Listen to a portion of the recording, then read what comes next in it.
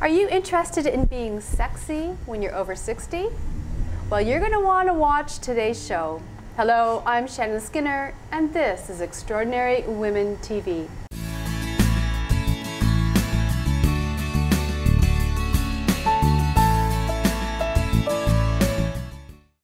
My first guest is Leslie Traill. She is the founder of Sexy Over 60. She's got some great advice for you today.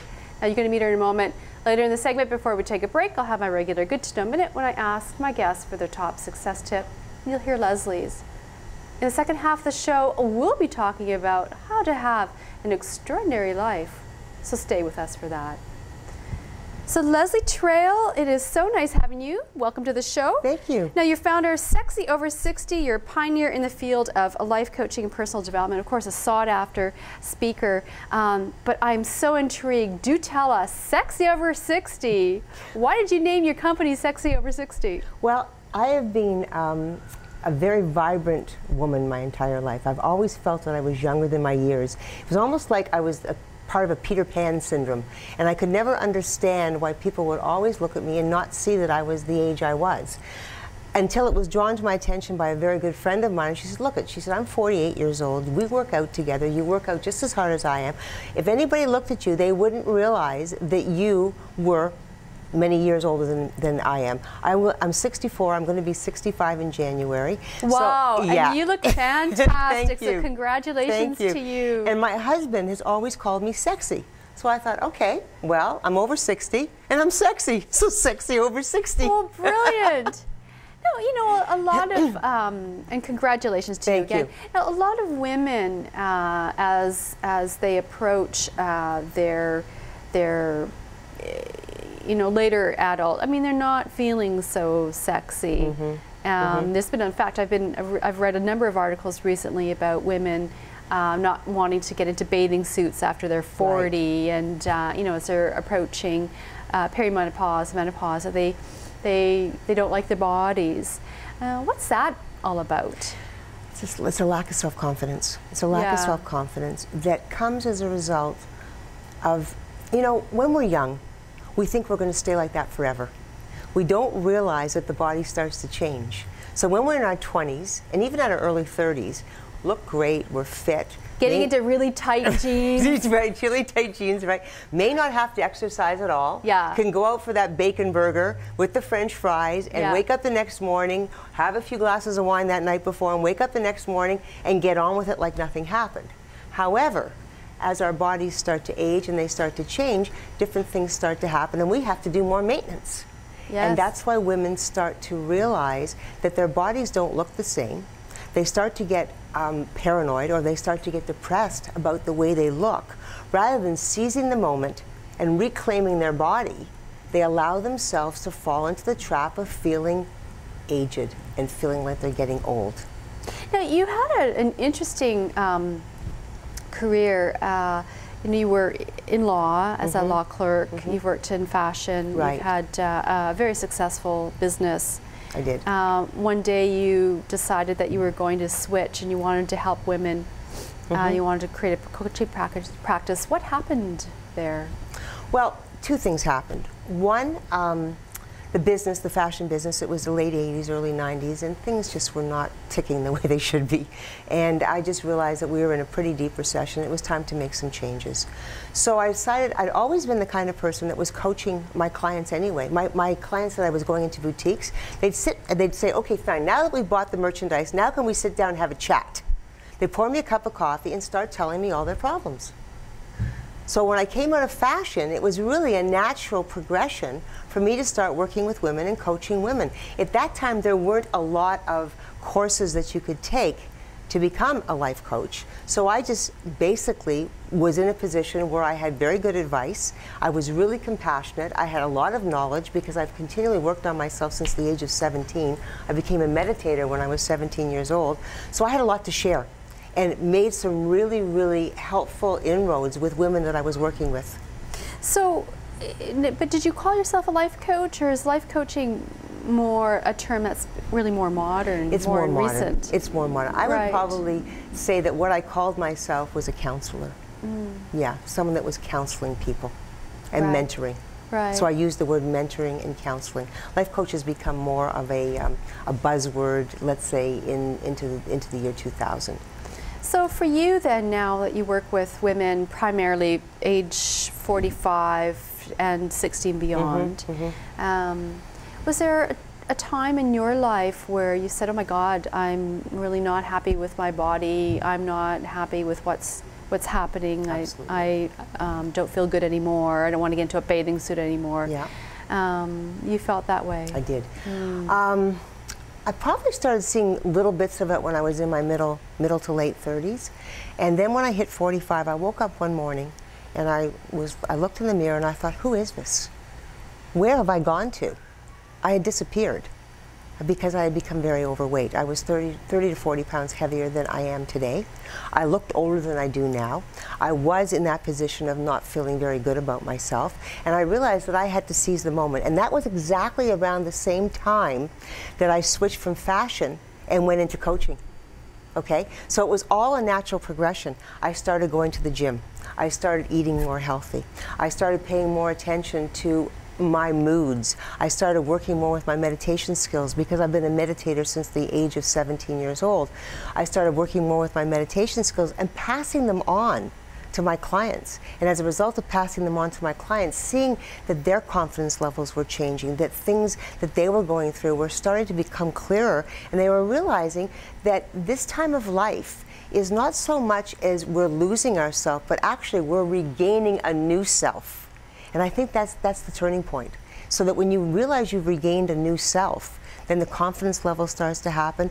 The paranoia about getting into a bathing suit disappears, because it's important what you feel like and look like to yourself.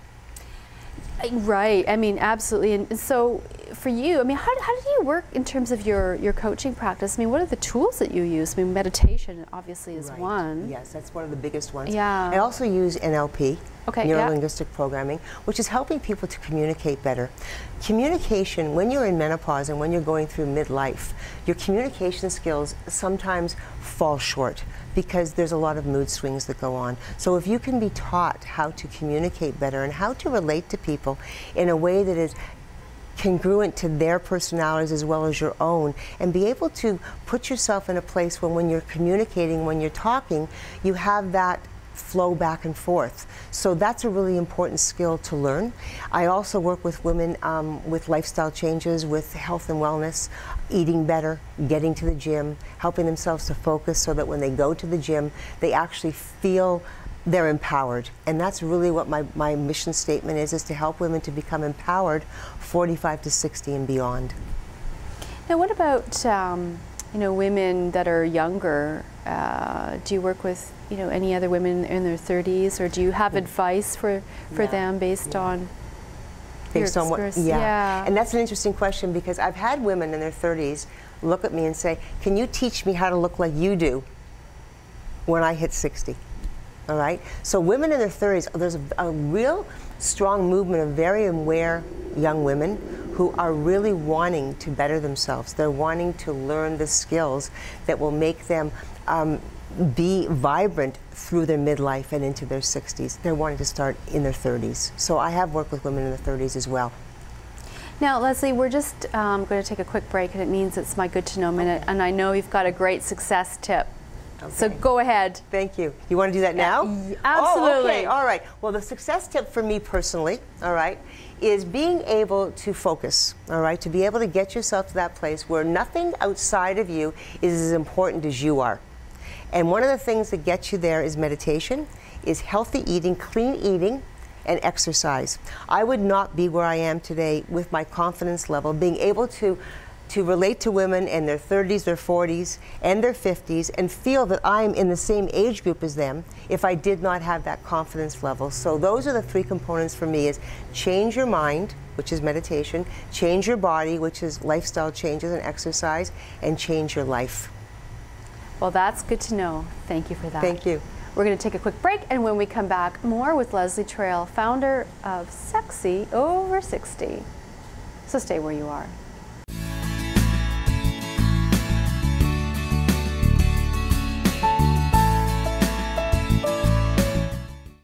I'm Shannon Skinner. Welcome back to the show. I am speaking with Leslie Traill. She is the founder of Sexy Over 60.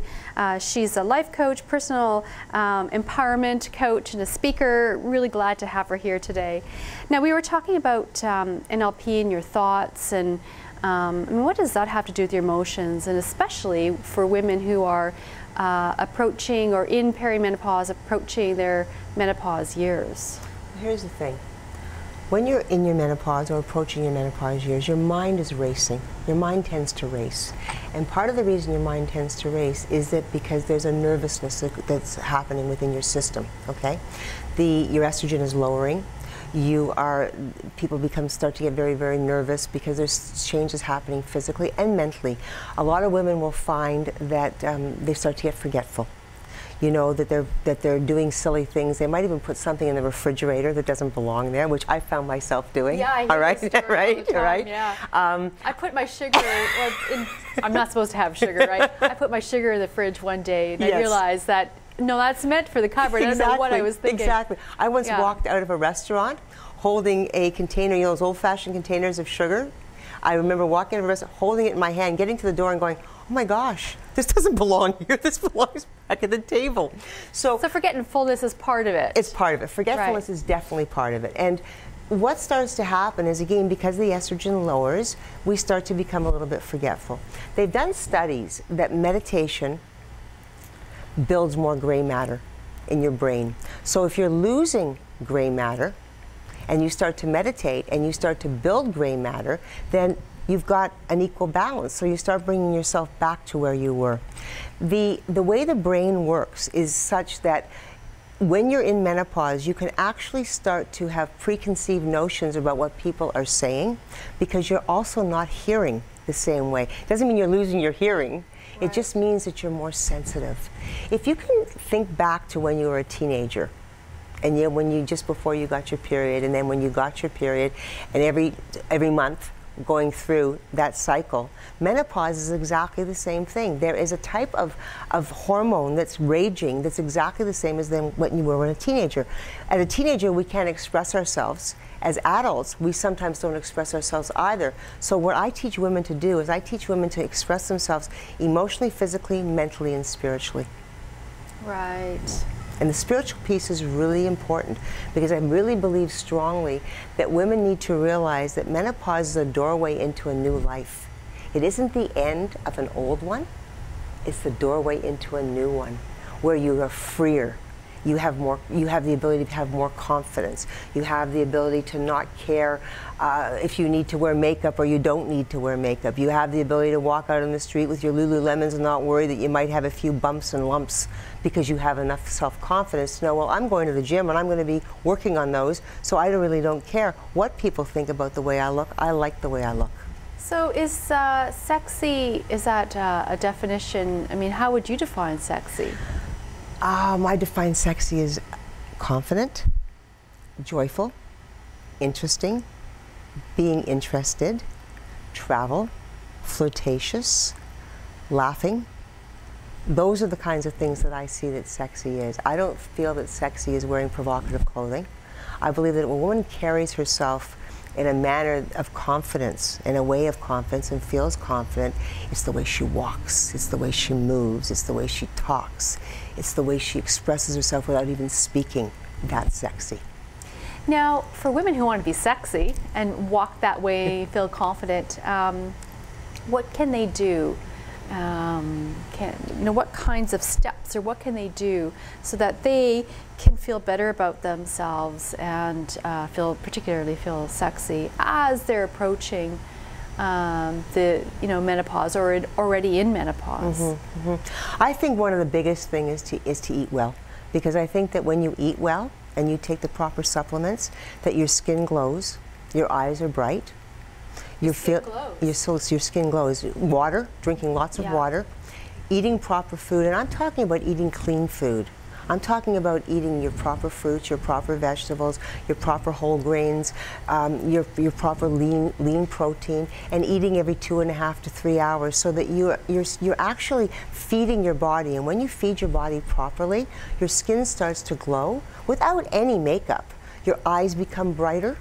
You start to feel better and you have more energy. So if you have more energy and you're looking better and feeling better about yourself, then you have the energy to get yourself into a very slow exercise program. And those are the two things that I think are really, really important to make you feel like you have the sexy going on. So eat well and exercise. Yeah. What about beverages that are so common for so many people? Coffee and wine. A lot of women drink coffee, and they drink wine. And there's studies that show, it depends on the study, that they're good for you or that they're not good for you. So, but as far as women are concerned, going into their, into menopause or in menopause, I mean, what do you have to say about that? I think balance is important. Right. And that's the key. And that's what I teach my coaching clients. It's about balance. You can have that glass of wine. You can have that cup of coffee. I have a cup of coffee every day. I think that I like coffee. I like to have a cup of coffee before I go to the gym. It's part of my ritual. But I only have one cup a day.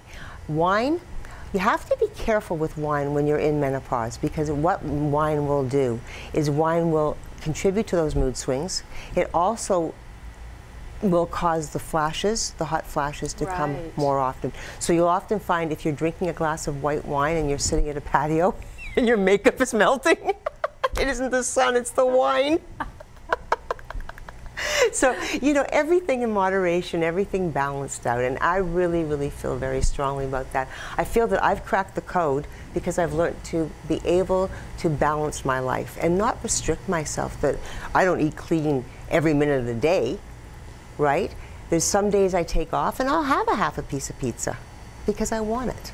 So when you talk about clean, you mean whole foods? Whole foods, yeah. Whole foods. Right. But I mean, nobody's perfect. So what I do, and what I encourage my clients to do, is when they're first getting started, I encourage them to stay on a program. Once they've cracked the code and once they've started to feel better about themselves and they're seeing that they're losing some inches or losing some weight, they're meditating regularly, they're doing all the things they need to do to help them to feel more confident within themselves, then I say, you know what, take one meal a week and do something that you would enjoy. So if you enjoy Indian food, then have Indian food. If you enjoy pizza, then have pizza. If you enjoy a hamburger, then have a hamburger. Take one meal a week and do that. So you don't feel that you are not doing the things that you like, but eventually what starts to happen is eating clean. When you eat clean, your body sings. Your body literally sings. Oh my God, am I going to be walking down the street singing opera? Yes. Your body, it vibrates. When you're eating clean and you're exercising and you're looking after your mind through meditation, your body actually is singing. Your metabolism is revving all day long. All day long. So, okay, so then eat well, nutrition, clean food, supplements. Yes. Exercise is very important. Now, for some women, when they are in menopause or in experiencing those hormonal swings, they may be feeling depressed and they may not be able to find the energy to exercise. Some maybe have an exercise regime and they're used to it. Perhaps through menopause it's affected that. But what about the women who are not used to exercising and yet they know exercise is good for them, that they can't get to the gym, or the gym doesn't interest them, they can't get out for that walk, or what do you recommend for them? What I recommend for them, and it's really simple. Do you remember the old jumping jacks in school? Yeah, oh yeah. In gym class? Do 10 jumping jacks. Start with 10 jumping jacks, because what that does is it starts the energy moving in your body. They call it chi. It starts the chi happening. The next day do 20. The next day do 30. And it starts to build up the energy. Marathon? No, not yet. Okay. But it starts to build up the energy, right. So they start to feel that they have the ability to get out. Now when you talk about the depression, that's a really good point. And I might sound like I'm repeating myself here, but I am so much a believer in meditation. I've been doing it since I've been 17 years old. Studies have been done that it helps the gray matter, as we spoke about. It helps with focus. It helps with weight loss. It helps with depression. It helps with blood pressure. There's doctors now that are referring clients to people to teach them to meditate because it helps your blood pressure. Depression is a huge, huge thing with menopause. I actually suffered from depression when I was in my teens, and that's why I learned to meditate. So meditation. Meditation, without a doubt. So again, 3 keys: eat well, exercise, and meditate. Absolutely. Now, Leslie, if people want to find out more about you and your services, how can they find you on the web? Well, my website is sexyover60.com, and my email is leslie@sexyover60.com, or you can Google me. I come up on Google, but it's sexyover60.com. Well, Leslie Traill, I have really enjoyed having you on the show and finding out more about how to be sexy over 60. So I'll be sure to be prepared for that. So thanks for sharing your wisdom, and I wish you all the best. Thank you very much. Well, for more information about Leslie Traill, of course, you can find out more about her on my website at extraordinarywomentv.com. You can find out more about the show, past guests, upcoming guests, and of course more about me, and you can contact me through the website as well. Now, second half of the show, we're going to be talking about how to have an extraordinary life with Lillian DeVries. So stay with us for that.